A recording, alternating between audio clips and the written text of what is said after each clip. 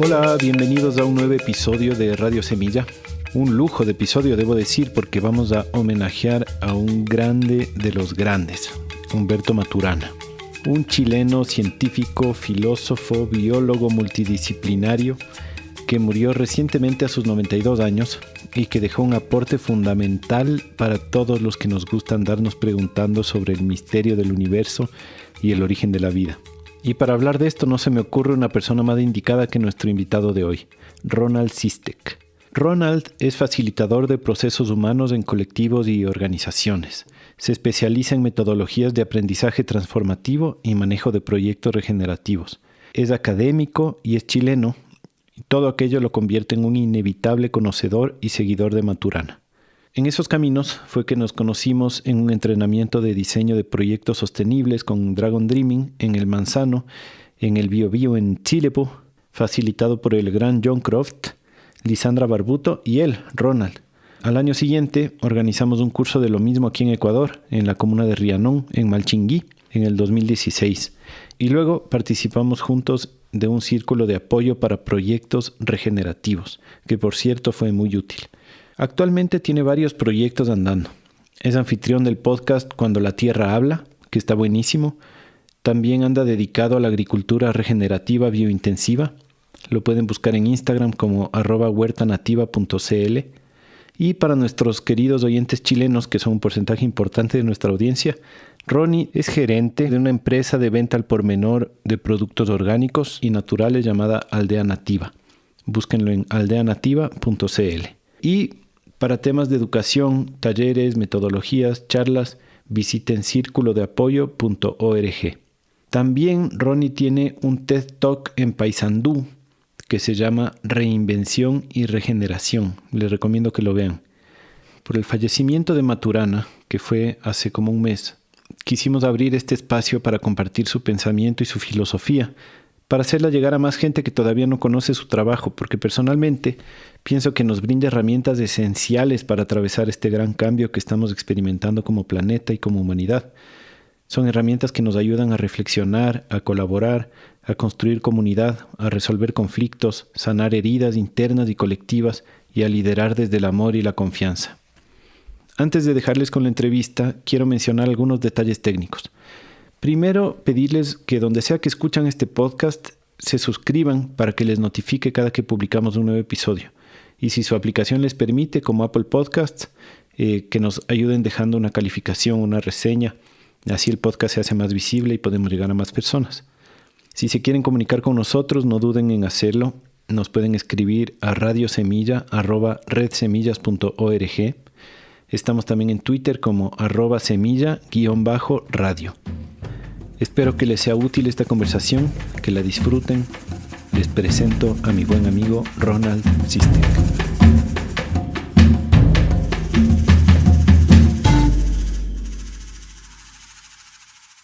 Ronald Sistek, bienvenido a Radio Semilla, hermano. Muchas gracias, Felipe, por la invitación y una alegría gigante poder volver a conectar contigo. Sí, estábamos conversando hace un ratito que han sido 6 años que no nos vemos. Yo no tenía idea que eran 6 años. Y bueno, quería decirte que es un honor para mí y para todo el equipo tenerte aquí en Radio Semilla para hablar de estos temas tan cruciales para la regeneración y también para homenajear al maestro Maturana. Así que gracias por aceptar la invitación. No, muchas gracias a ti y a todo el equipo. Muy, muy feliz de estar acá. Chévere. Antes de meternos a hablar de Maturana, yo quiero hablar un poco sobre ti mismo, como para que nuestro público te conozca un poco más. ¿Nos quieres contar un poco de tu vida, de dónde vienes, cómo es que tú has llegado hasta donde estás ahora? Vamos a tratar de ser breve. Bueno, soy hijo de papá checo y mamá chilena. Tengo además una experiencia colectiva desde mi nacimiento porque tengo un hermano gemelo y un hermano mayor. Somos 3 hijos y estos par de ancestros inmediatos bien particulares. Bueno, todos son particulares, pero fue muy bonito como ser testigo de crecer en una familia de un inmigrante y una persona más bien del sur de Chile como mi mamá. Entonces crecí, podría decir, desde una mirada cooperativa, colectiva, Y digo eso porque eso ha sido central quizá en mi entendimiento del mundo de los últimos años, donde la colaboración es algo clave. Y nada, pude estudiar música de niño mientras estaba en el colegio, entonces después estudié una carrera que acá en Chile se llama Construcción Civil, que es de la Escuela de Ingeniería, fundamentalmente en el ámbito de la construcción, y después hice un magíster en desarrollo inmobiliario y me dediqué muchos años a esa labor, ¿no? A construir y a desarrollar proyectos. Y de un día para otro, como que todo dejó de hacer sentido. Encontré que experimenté lo que algunos llaman el dolor por el mundo, y me di cuenta de que había algo en lo que estaba haciendo que no era coherente con lo que estaba sintiendo en ese momento. Y de ahí en adelante, esto es hace unos 12 años atrás, mi vida como que dio un vuelco. Yo hablo de un cambio paradigmático bien profundo, donde emergió una necesidad de entender fundamentalmente al ser humano. Y entonces me sumergí en lo que yo llamo patuamente un doctorado autogestionado, donde pude sumergirme en distintos ámbitos, desde pensamiento sistémico, desde entendimiento de comportamiento humano, algo de neurociencias cognitivas.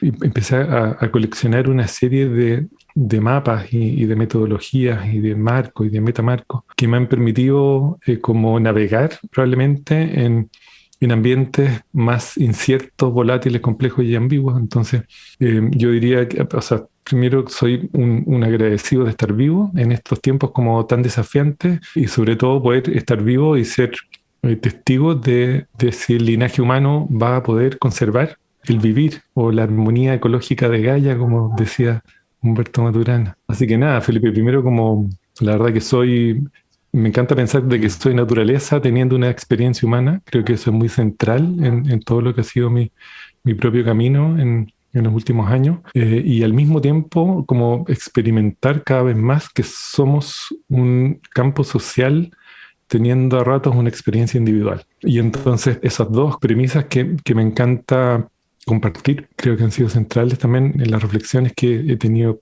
posibilidad de hacer el último tiempo.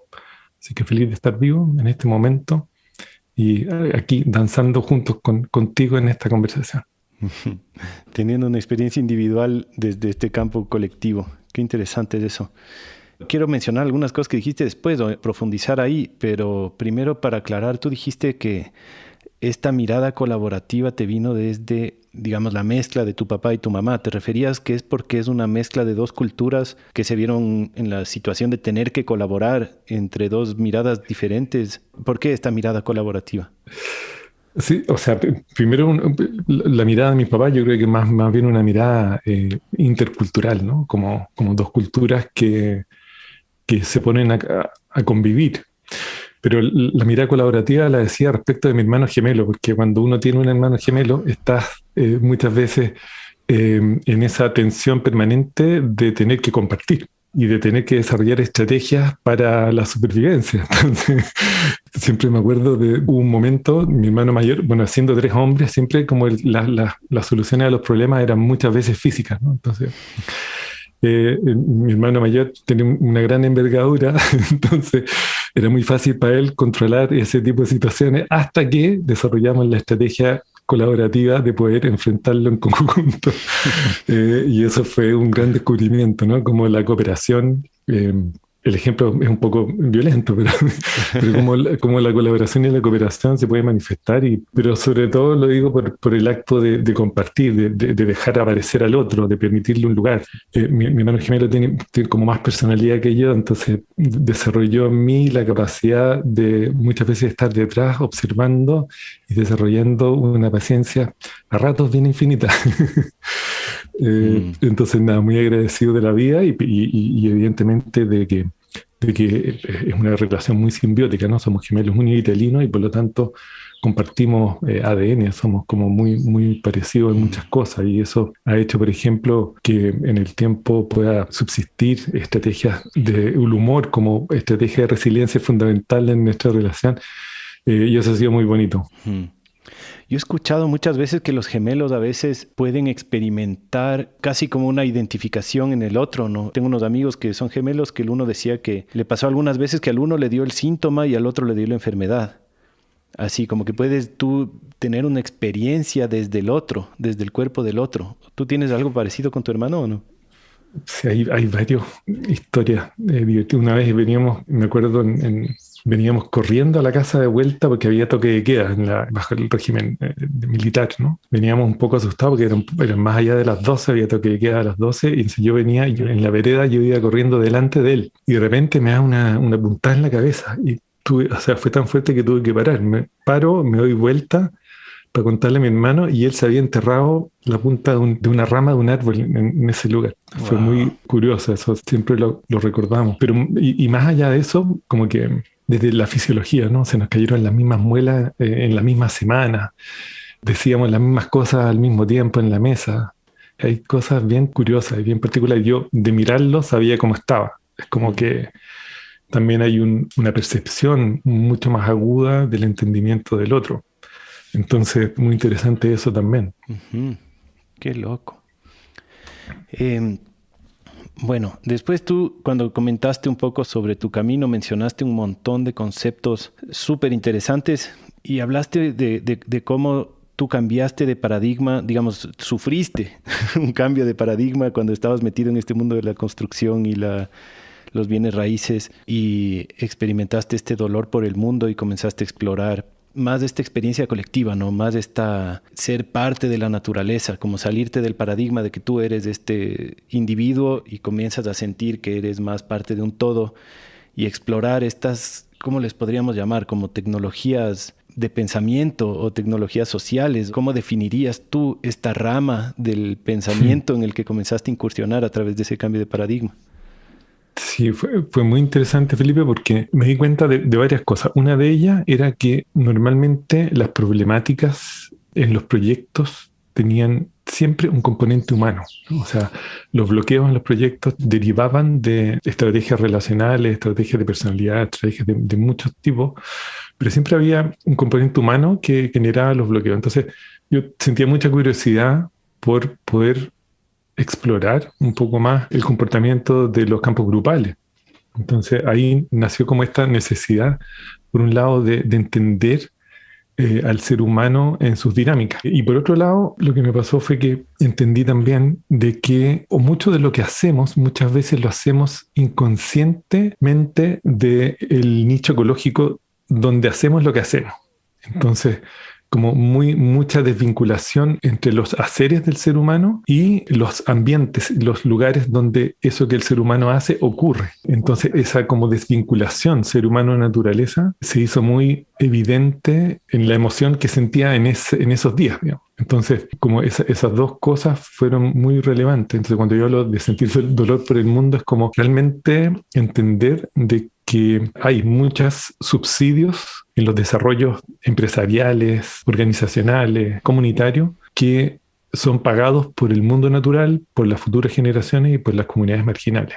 Y eso no era algo que se podía sostener. Entonces, me recuerdo que llegó a mis manos un libro muy, muy bonito en esa época, en el año 87, creo, inicialmente, pero que después volví a releer cuando tuve esta experiencia, ¿no? Que fue por ahí, por el año 2008, 2009, que es la temática de jugar juegos finitos y la posibilidad de suspender eso y poder jugar juegos infinitos.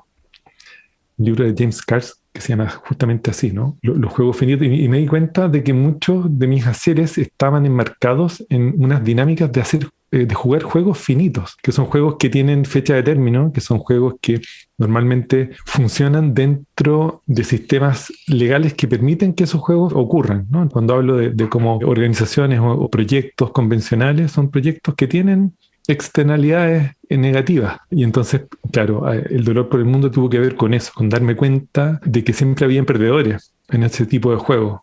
Entonces, cuando había un desarrollo inmobiliario, desde el momento en que alguien pinchaba una propiedad para hacerse de un conjunto de metros cuadrados para poder construir siempre había alguien que llegaba primero y que el resto entonces perdía. Uh-huh. Y asimismo, en el proceso constructivo, mucho desperdicio, muy poca conciencia ambiental en los procesos de construcción.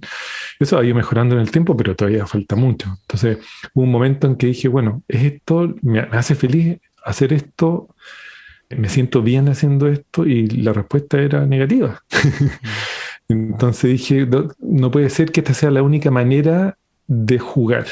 Entonces, ¿cómo poder abrirse a juegos infinitos, juegos donde todos puedan ganar, juegos donde se pueda crear tiempo, juegos donde se pueda seguir jugando, fundamentalmente? Los juegos infinitos son juegos que se pueden seguir jugando permanentemente. Y entonces, ¿qué significa eso, no? ¿Qué significa eso en términos de sustentabilidad, en términos de regeneración? Pero ese cambio paradigmático fue muy profundo, y entonces ahí empecé a sumergirme en estrategias un poco más de entender qué es lo que significa la sustentabilidad, qué es lo que significa la resiliencia, qué es lo que significa la resiliencia para el ser humano, etcétera. Qué bacán. Es como, me gatilla mucho como un entendimiento de la regeneración desde la psiquis, ¿no? Es algo así.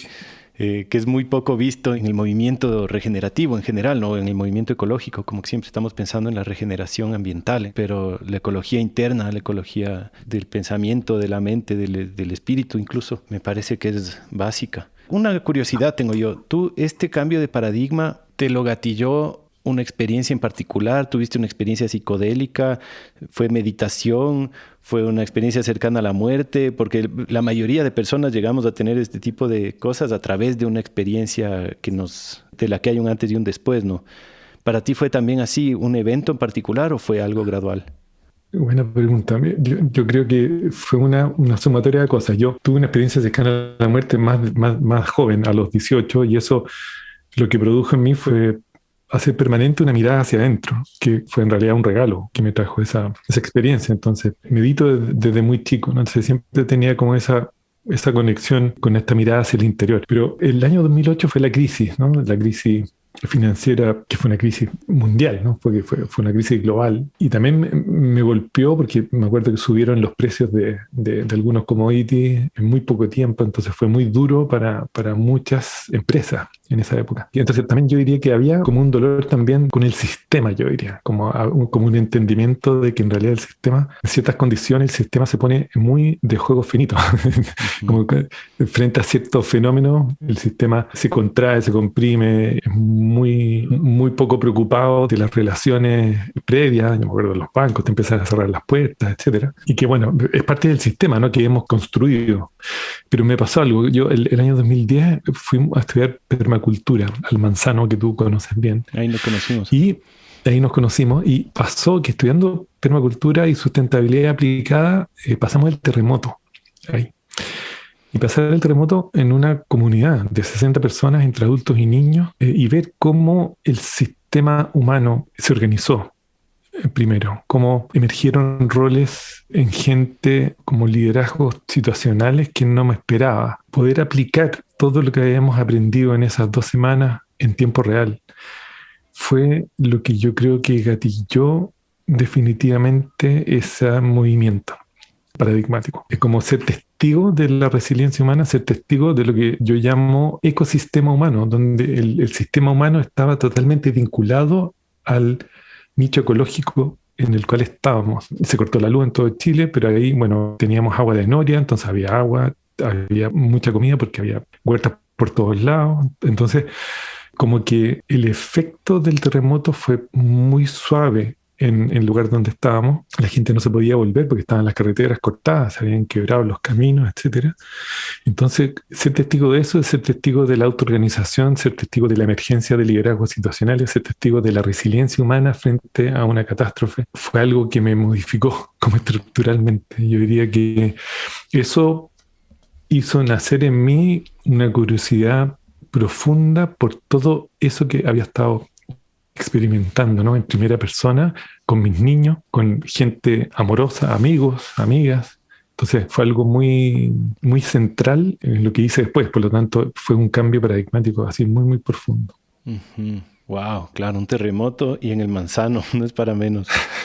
Solo para clarificar, como yo antes dije, ahí nos conocimos, pero no es que nos conocimos en el 2010, sino que nos conocimos en el Manzano después, en el 2013, cuando yo fui a tomar este curso de Dragon Dreaming con John Croft, y tú estabas también cofacilitando ese curso. Y bueno, un saludo también a Griffin Hope y a Javiera Carrión, que espero poder tenerles también en el podcast en algún momento próximo. Qué lindo sería. Sí, lindos recuerdos de todo ese tiempo. Sí.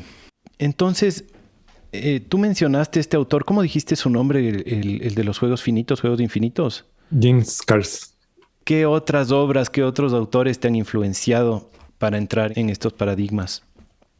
Muchísimo, Felipe, en realidad. Mira, acá una de las cosas que me iba pasando era que cada temática en la que me iba sumergiendo era un mundo. Entonces, durante muchos años me transformé en un lector así, un lector desesperado, ¿no? Por conocer y por husmear. Y es increíble cómo una cosa lleva a la otra, ¿no? Entonces uno, no sé, lee un libro y ve que ese libro está inspirado en otros autores y entonces se empieza a expandir como una ola, ¿no? Podría decirte, no sé, porque desde la mirada sistémica, un autor que fue muy central para mí fue Fritjof Capra y todos sus libros que son una maravilla. Y su último libro de La mirada sistémica de la vida también es como un manual y una síntesis de todo su trabajo, pero con él aprendí muchísimo justamente de los cambios paradigmáticos que emergían en distintas áreas de conocimiento. Entonces, La trama de la vida de Capra fue un libro que yo creo que me leí 4 veces porque cada vez que lo leía era una hemorragia de entendimiento. Si miro también, por ejemplo, en temáticas de pensamiento sistémico, es imposible no leer a Senge, qué sé yo, Covey, y qué sé yo, hay muchos, pero... Perdón, dijiste Senge, te refieres a Peter Senge de MIT. Peter Senge, sí. Uh-huh. Senge también tiene una herencia de Maturana bien central, y desde ahí, a propósito del MIT, está toda la obra del Persensing Institute, ¿no? Y de Otto Scharmer y todos los que han ido formulando este aspecto de la teoría U y toda la integración del cuerpo y del entendimiento del espacio como gatillante de entendimiento de campos sociales. Te iba a hablar de un libro que es un libro que se llama The Patterning Instinct, que fue un libro que me generó mucho entendimiento porque es una mirada desde la evolución de la construcción del significado en el ser humano. Es un libro de Jeremy Lent que fue muy central para mí porque en un momento empecé a sumergirme en toda la temática de los patrones, a tal punto que incluso generé toda la integración metodológica en un programa que llamé Los patrones que conectan.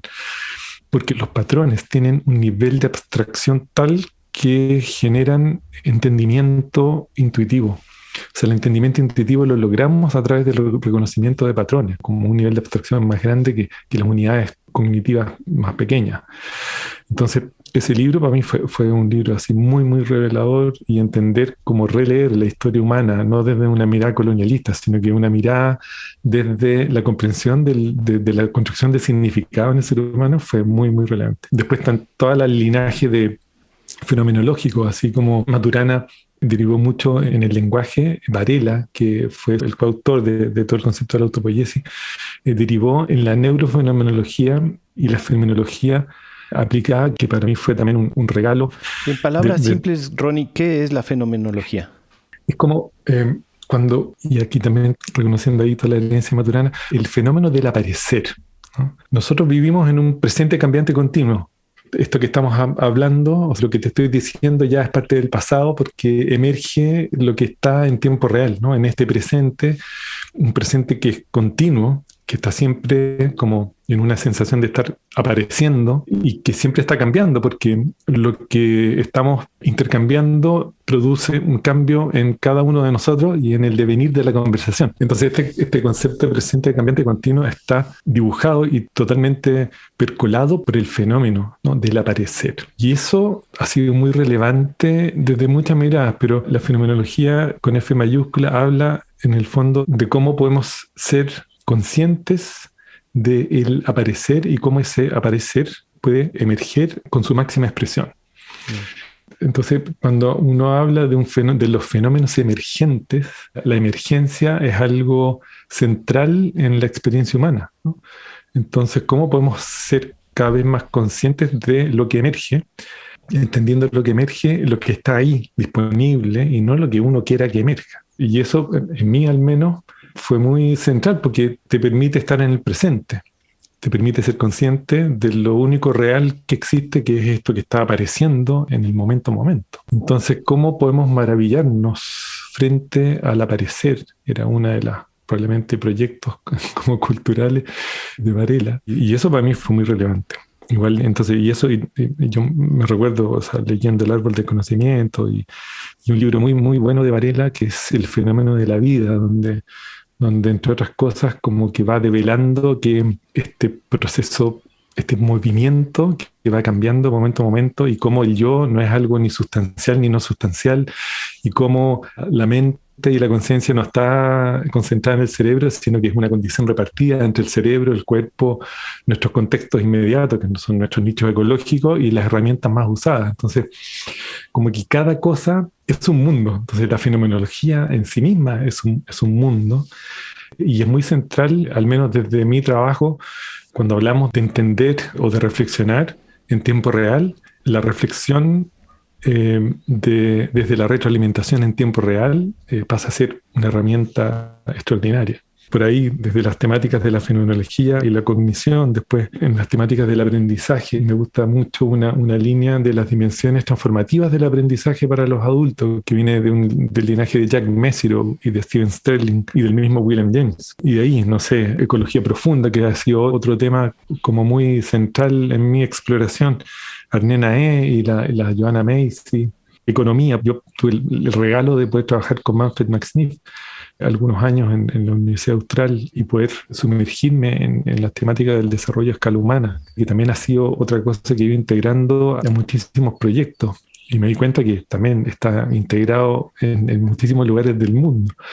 Entonces, a Manfred. Entonces, en cada área de conocimiento yo te diría que hay, y quizás mis últimas exploraciones en los últimos años para mí han sido muy revelador lo que he ido aprendiendo respecto de sistemas complejos adaptativos, como una estrategia de entender el funcionamiento del ser humano desde la mirada de la complejidad aplicada a seres humanos. Mi cerebro está comenzando a recalentarse. Has mencionado un concepto que yo creo que es central tal vez en todo esto, porque justamente como vas mencionando tantas diferentes ramas que convergen en algún momento, ¿no? Ya sea el aprendizaje, la cognición, la economía, un montón de cosas.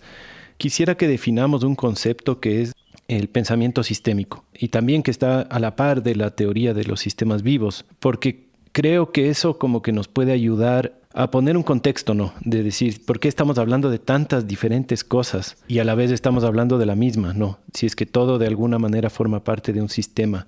¿Podrías tratar de definir lo que es el pensamiento sistémico y la teoría de los sistemas vivos en un lenguaje como accesible? Bueno, tratemos.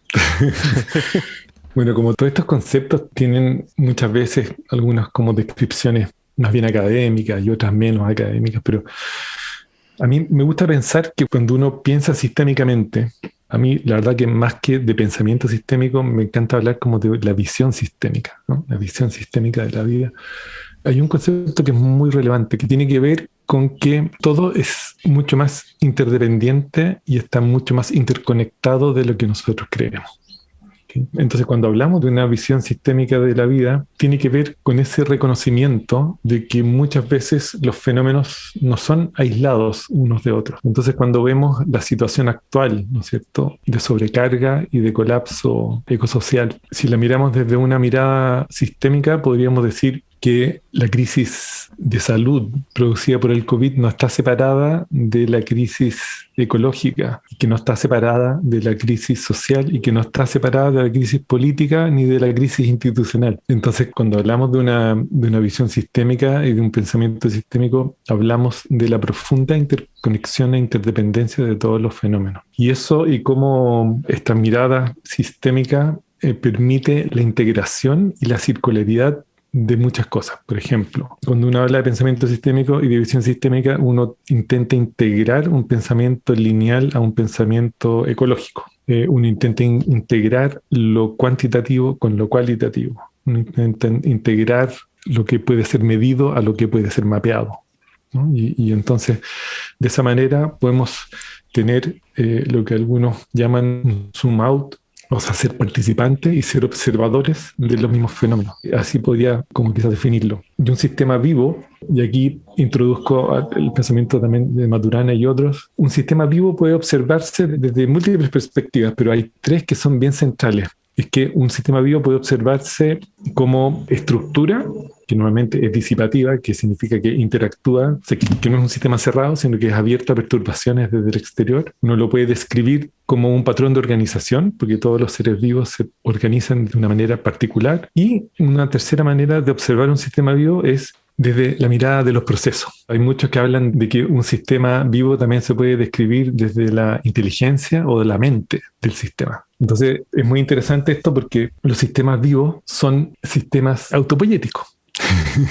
Entonces la condición fundamental, y aquí emerge el trabajo de Maturana y Varela, de un sistema vivo es que se autoproduce. Y esa autoproducción es un proceso cíclico que representa ciclos de síntesis recíprocas en un flujo de moléculas. O sea, si vemos los sistemas vivos desde la mirada biológica, la podemos describir así, y que son sistemas que se autoproducen. Entonces, esa autopoiesis es una condición fundamental para la descripción biológica de un sistema vivo. Ahora, esa autopoiesis molecular, y esto fue otro gran descubrimiento, y para mí quizá uno de esos regalos fundamentales del trabajo de Maturana y Varela en este caso, es que el vivir como proceso es un proceso de cognición. Entonces, el proceso de vivir no está separado del proceso de conocer. Y esa circularidad entre vivir y conocer es fundamental para entender el aprendizaje, para entender también la coevolución histórica. Y aquí mezclando mi propio trabajo con esto, para mí fue eso tan central en esto que hoy día estoy sumergido, que tiene que ver con una circularidad también muy necesaria en estos tiempos como disruptivos y de incertidumbre grande, que tiene que ver con el hacer sentido como una circularidad profunda junto con el construir significado. Hacer sentido y construir significado en una circularidad. Nosotros como seres humanos durante los últimos 12.000 años hemos estado concentrados en construir significado. Necesitamos construir significado de todo, ¿no? Y eso en los últimos 100 años se ha visto profundizado por una necesidad desde el razonamiento lógico, que entre otras cosas también ha quedado limitado porque no todo lo podemos comprender desde el razonamiento lógico. Podemos desarrollar modelos, que es muy útil, pero hoy día, dada la complejidad de los sistemas y los contextos, necesitábamos comenzar a reconectar con el hacer sentido. Y ese hacer sentido se hace desde niveles mayores de abstracción, como por ejemplo el reconocimiento de patrones. Entonces es una circularidad entre hacer sentido desde el entendimiento intuitivo y el construir significado desde el razonamiento lógico. Y para mí esa circularidad es tan central para los desafíos del ser humano de hoy como la circularidad entre el proceso de vivir y el proceso de conocer. Porque es en los cambios de conocer donde tenemos acceso al aprendizaje. Entonces, ¿todo lo que vive conoce? Todo lo que vive conoce. Y los cambios en el conocer produce aprendizaje. Y así se explica muchísimo de la deriva histórica, digamos, de los seres vivos. Es muy interesante porque tiene implicancias tremendas eso. Ronnie, hemos estado hablando de Maturana mucho, ya lo hemos mencionado mucho, ya hasta definimos la autopoiesis, pero tal vez algunos todavía no saben quién es Humberto Maturana. ¿Nos puedes contar quién es él y por qué es importante su trabajo? Sí. Yo no soy ningún experto en Maturana, yo desde la pura admiración y de poder haberlo leído con detalle en algunos de sus documentos y poder haber conversado con él en este podcast de Cuando la Tierra Habla, que para mí fue uno de los regalos más grandes. Un paréntesis para decirle a la gente que está ese podcast que se llama Cuando la Tierra Habla, de Ladera Sur y Aldea Nativa, que es conducido por Ronald Siste, que les recomiendo mucho que lo vayan a escuchar, y tiene un episodio que es de entrevista a Maturana. Debe ser una de las últimas entrevistas que dio porque fue 1 o 2 meses antes de morir y es exquisita en verdad, así que se lo recomiendo mucho. Muchas gracias. Bueno, fue un mes antes de su cumpleaños, o sea que fue varios meses antes de morir, pero claro, en formato podcast probablemente debe haber sido, si no la última de las últimas.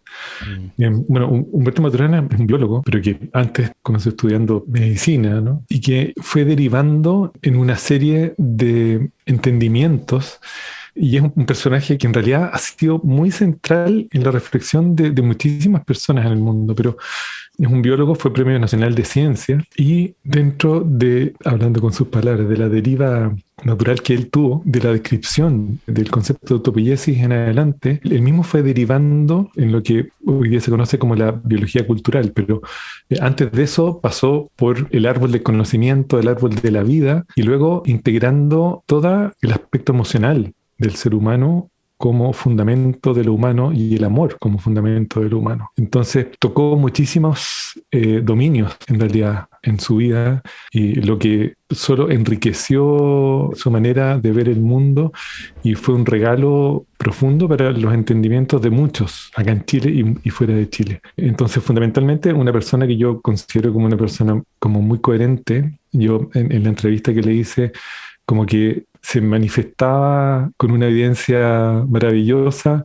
la coherencia de su pensamiento y su manera de ser y de lo amoroso que es. Ese día en particular, a sus 92, estaba con un humor genial. Me contaba cosas y se reía solo. La verdad que evidencia una coherencia, también el hecho de haber querido hacer su carrera en Chile, teniendo la posibilidad de haberse ido a cualquier parte, ¿no? No sé, siento que es un personaje notable y con una capacidad reflexiva infinita. Así me nace presentarlo, ¿no?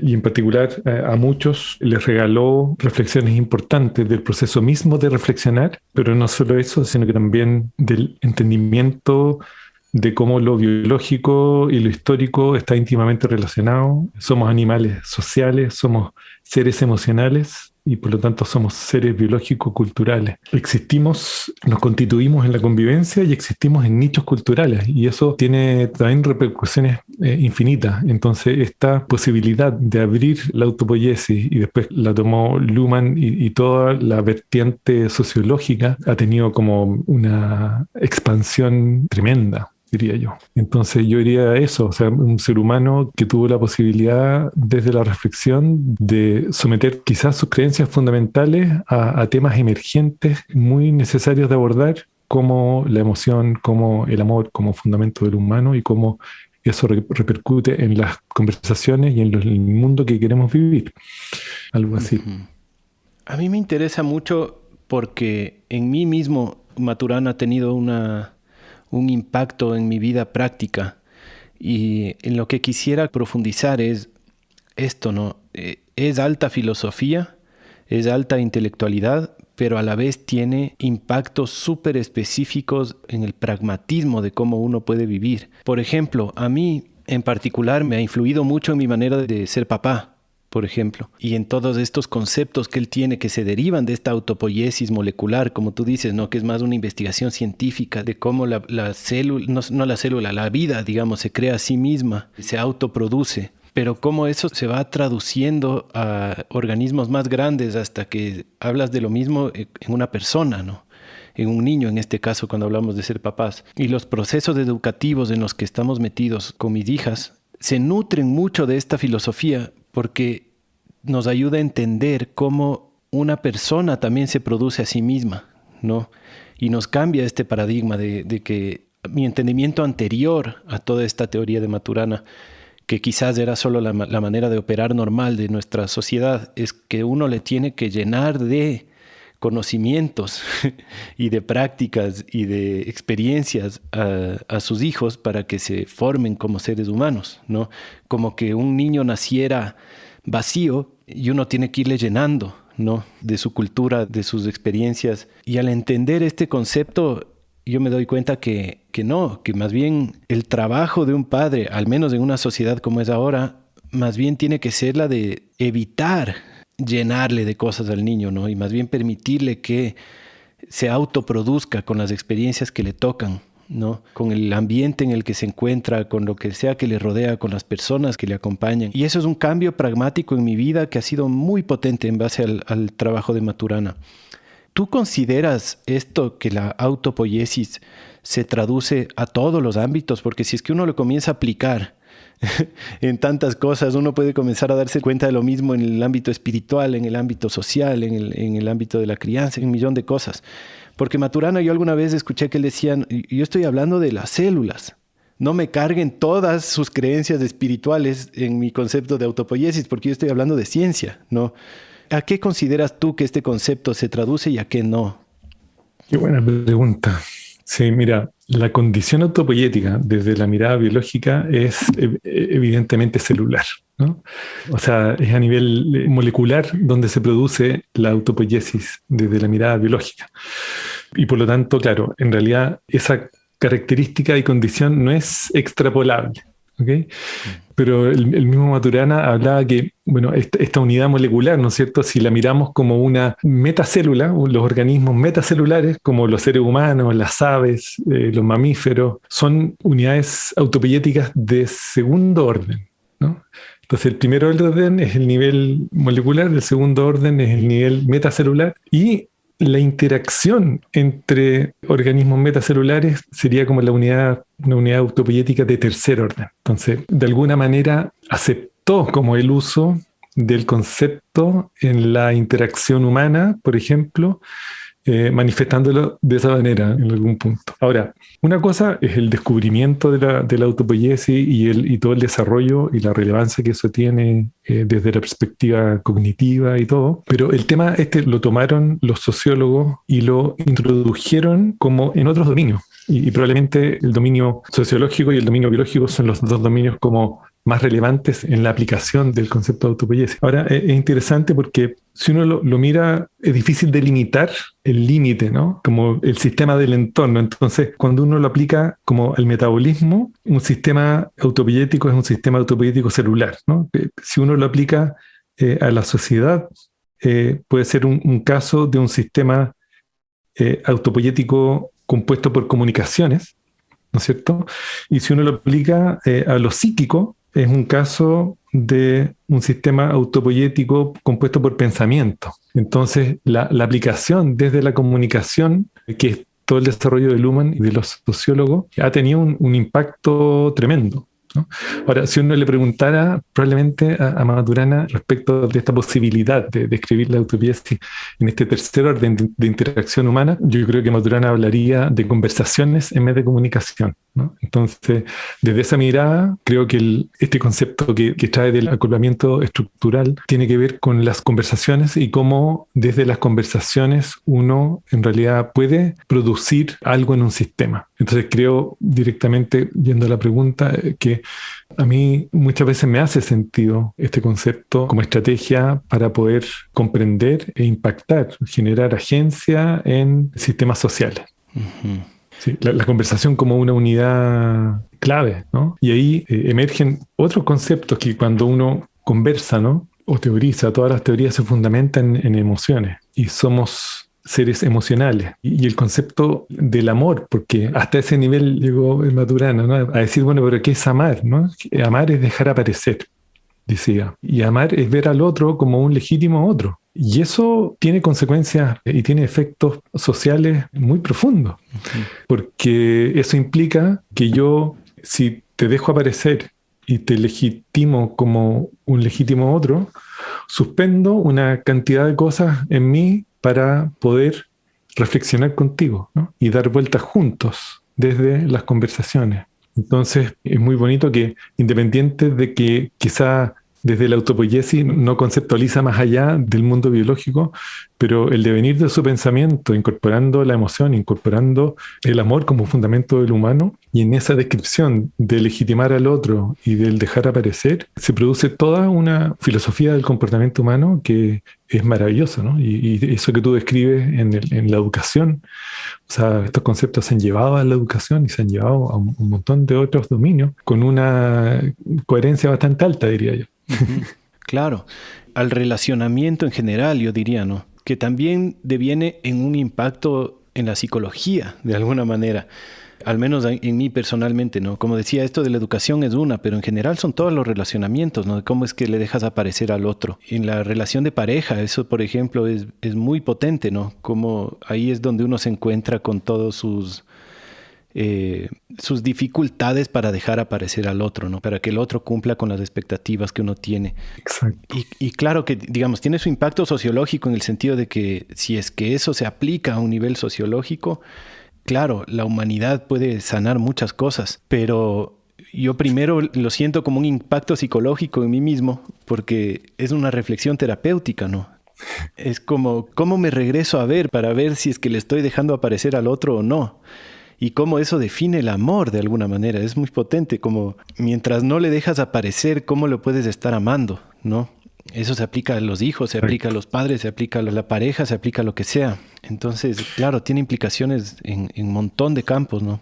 Sí, o sea, sí, sin duda. Y Mira, aquí tengo en mi mano un libro que se llama Homeostasis, de un personaje muy interesante chileno que se llama Felipe Monsalve, donde he entrevistado a varios personajes, creo que del año 2013. Y entre ellos estaba Maturana. Y Maturana tiene una pequeña reflexión respecto del amor, que te la quería compartir. Dice, yo soy optimista del futuro.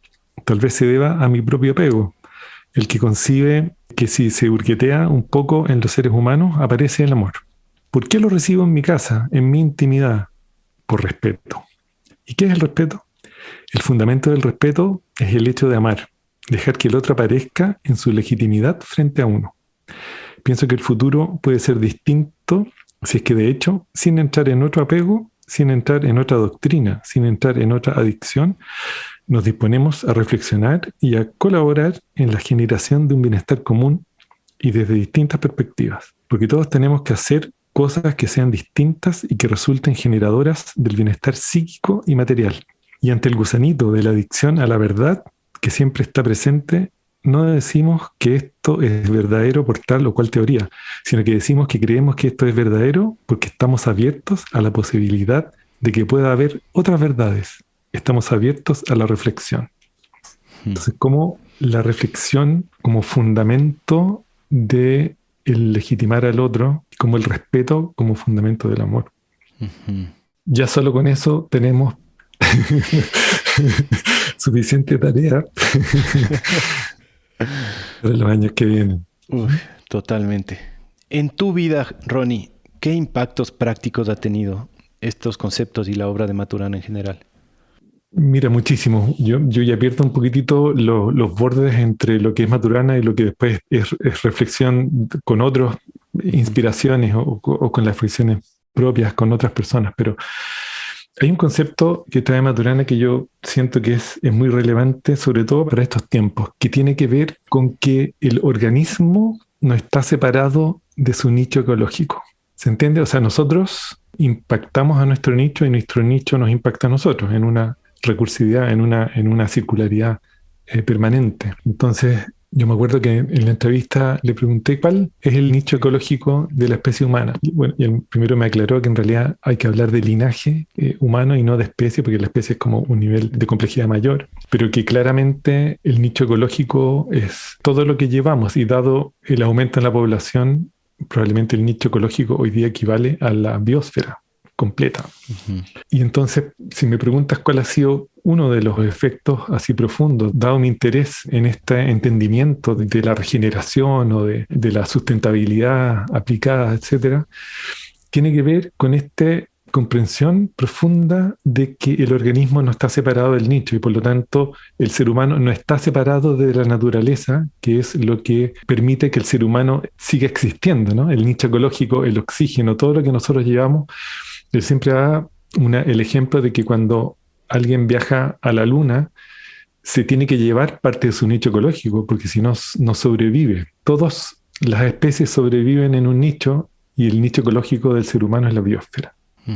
Entonces, ese entendimiento para mí ha sido clave en mi reflexión respecto de la regeneración, porque cuando hablamos de regeneración, probablemente necesitamos hablar de la recuperación del entendimiento de que no hay separación entre ser humano y naturaleza. Esa codependencia es muy clave. Entonces, este concepto que él trae ha sido muy central en la reflexión del interser, ¿no? En realidad nosotros intersomos, no hay una separación real entre organismo y nicho, incluso no hay una separación real entre un organismo y otro, ¿no? En esta unidad en los campos sociales. Entonces, creo que ahí hay un tema tremendo. También el otro tema tremendo ha sido entender de que la historia sí importa y todo lo que hemos ido aprendiendo nos permite hoy día estar en un punto donde podemos elegir qué tipo de mundo queremos ver. Y el otro concepto también relevantísimo tiene que ver con qué es lo que queremos conservar, ¿no? El énfasis en la conservación frente a un cambio es también muy vital. Entonces, para mí, quizás esos tres conceptos han sido muy claves. Organismo nicho, la historia como parte del proceso de entendimiento y lo que queremos conservar cuando estamos frente a un cambio. Ahora, eso me pone a pensar que percibo como un conflicto entre el concepto de la autopoiesis y la inevitable interdependencia del organismo y el nicho, ¿no? ¿Cómo es que la célula se produce a sí misma? En verdad también el nicho produce la célula y la célula produce el nicho, ¿no?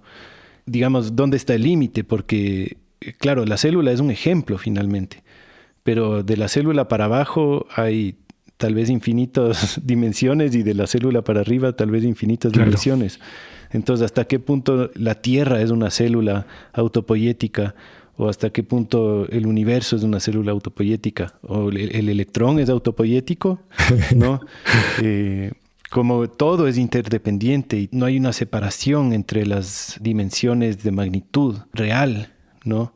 Como que la vida misma es una sola infinita autopoiesis. Yo creo que se puede extrapolar a mucho de eso, ¿no? Entonces, claro, su descubrimiento es a nivel metabólico y claro, y él habla de entes discretos, ¿no? Como que son de alguna manera, la autopoiesis se produce en un ente discreto. Sin embargo, como estructura, es una estructura disipativa que está en permanente coevolución con su nicho. En el fondo, más que hablar de autopoiesis, yo hablaría de coevolución entre el organismo y el nicho. Coevolucionan hacia la dirección que su relación produce, ¿no? Es como el acoplamiento estructural que nosotros tenemos desde una conversación va evolucionando hacia una dirección, ¿no? Dada producto de las interacciones. Entonces, claro, si uno se pone a nivel metafórico, se puede aplicar, ¿no? Pero claro, a nivel del entendimiento metabólico, probablemente un poquitito más discreto su aplicación, su operación. Pero yo comparto en que esta permanente interacción entre organismo y nicho va a generar un intercambio permanente que produce la coevolución hacia un lugar. Pero una interacción y un intercambio de alguna manera asumen una independencia. Separarlos y asumir que interactúan los pone casi como independientes. Sí, bueno, el Maturana siempre hacía una distinción entre que en realidad el descubrimiento de la autopoiesis o la autopoiesis explica la emergencia de los sistemas vivos y no explica la vida. Uh-huh. Porque la vida es un concepto bastante más grande, bastante más como sorprendente probablemente, ¿no? Entonces, él hace esa distinción, ¿no? Entonces, ¿qué es lo que tiene que estar pasando ahora para entender que los sistemas vivos comenzaron hace 3.800 millones de años? Entonces, claro, la autopoiesis puede explicar eso, pero habla de la emergencia de los sistemas vivos y no de la vida. Uh-huh. Si hablamos de la vida, claro, podemos filosofar mucho más allá. Sí, compleja, alta filosofía. No sé, Ronnie, si es que tal vez hay algo importante que yo no te estoy preguntando al respecto de estos temas que tú quisieras compartir. Yo diría, quizá yo tengo acá otro libro, que es el último libro que alcanzó a escribir Maturana con Jimena, la Biblia, que se llama La Revolución Reflexiva, y parte en un capítulo específico cuyo nombre es Tiempo de Encrucijadas, ¿no? A propósito de este tiempo de encrucijadas en el que estamos, este como gran cambio en el cual estamos. Quería leerte un par de párrafos que lo encontré muy interesante, que dice, a propósito de la regeneración, ¿no? de esta temática que tanto nos apasiona a ti, a mí y a tantos. Dice, lo que proponemos es generar a través de la reflexión esta nueva era, en la cual volvamos a conversar y empecemos a salir de la apropiación. Una en que empecemos a generar proyectos comunes y a co-inspirarnos recuperando la coherencia con el mundo natural. Una en que nos volvamos hijos de la tierra, en que retornemos al inicio, no en términos tecnológicos, sino de ser capaces de escoger nuevamente. Una nueva era es lo que hoy postulamos, aunque hay muchas personas en el mundo que viven en ella. Hombres y mujeres preocupados de cultivar de una forma que no dañe el medio ambiente, que reciclan sus desechos, que buscan tener un trato honesto y empático con los demás, que tratan de evitar la deforestación del planeta. Hay muchas expresiones de este cambio psíquico que podemos observar. Solo tenemos que abrir los ojos. Toda persona que ha vivido en este planeta ha sido parte de una era psíquica marcada por la cultura imperante y por la tecnología disponible. Nosotros aspiramos a un cambio hacia una en que recuperemos la conciencia de nuestro lugar en el planeta. Como no podemos borrar lo que hemos vivido, para lograrlo requerimos de un propósito: hacerla aparecer. no como una teoría más, sino como la elección de un modo de convivir en la conservación de la honestidad, el mutuo respeto y la colaboración de un proyecto común de conservación y cultivo de la convivencia armónica. Yo quería leerte eso porque como que en esos párrafos como que se resume el imperativo de la regeneración y una estrategia que tiene que ver con el poder colaborar genuinamente en reubicando nuestra presencia humana en la Tierra. Qué bonito. Sí. Esto es trabajo que él hace con Jimena Dávila, con quien tienen el Instituto Matrística, ¿verdad? Sí, exacto. Matrística. Y sí, yo tengo la suerte de conocer varias personas que trabajan o que han trabajado ahí. Soy bien amigo de Sebastián Gaguero, hijo de Jimena, y muy lindo el trabajo que hacen. Abrir conversaciones en organizaciones, en comunidades. Y ahora también como tomando el concepto de la regeneración y cómo irlo aplicando también desde la interacción humana. Muy lindo trabajo. Qué lindo. Me quedan resonando algunas palabras como del párrafo que dijiste, pero en general de la obra de Maturana, que es la una, la coherencia, ¿no? Tan básica en tantos sentidos. La otra, la armonía. Y por último, esta capacidad que tenemos de reflexionar que nos permite de alguna manera proyectarnos, ¿no? Buscar esta coherencia, esta armonía, esta regeneración, que si bien no tenemos un completo libre albedrío, hay una especie de luz en la proyección, en la intención, en la reflexión. Es como un acto de esperanza, ¿no? De a pesar de saber que uno no tiene un completo libre albedrío, que sí tiene una capacidad de proyección, una capacidad de reflexión y una intención de regeneración. Y ojalá una posibilidad de regeneración. ¿Cómo es tu optimismo al respecto de este futuro próximo?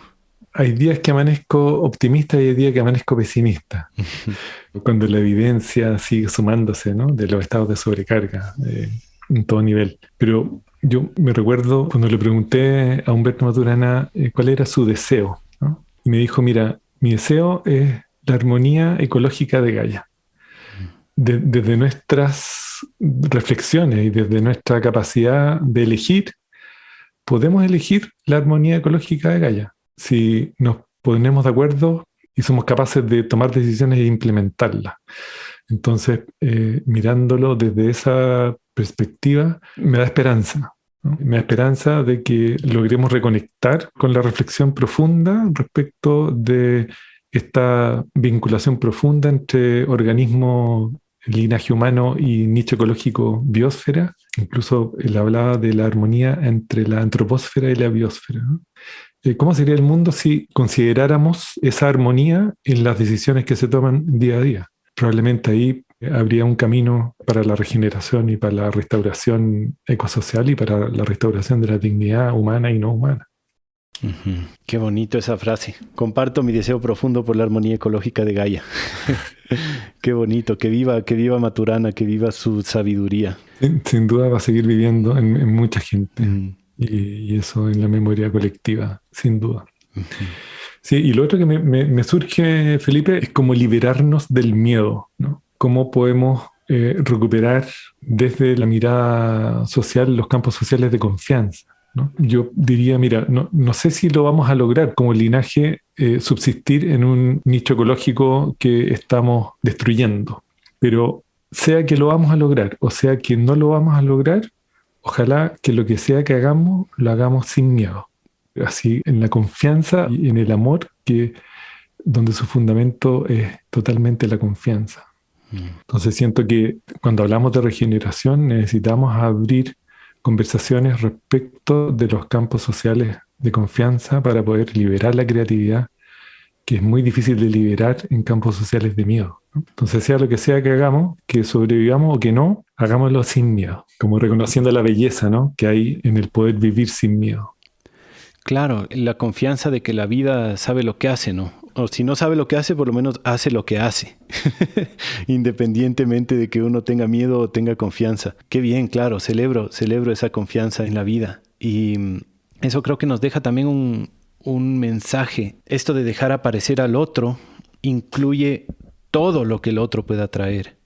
Eso no quiere decir no poner tus límites claros, ¿no? Como bien decía el mismo Maturana, es parte del amor, decirle claramente al otro cuáles son tus límites. Pero Es una transgresión cuando uno pone la expectativa de lo que el otro debería estar pensando o queriendo. Me inspira esto que tú dices, ¿no? Digamos, nosotros luchamos por la regeneración, ¿no? Hay otros que luchan por el desarrollo. Y tal vez es parte importante de la confianza y del amor dejarle aparecer al otro con lo que sea su agenda, ¿no? Con lo que sea su intención, con lo que sea su visión. Porque el momento en que nos atrincheramos, digamos, en nuestra creencia, que si bien es mi creencia y está súper arraigada de que lo que necesitamos ahora es esto, ¿no? Es buscar la armonía ecológica de Gaia, luchar por la regeneración.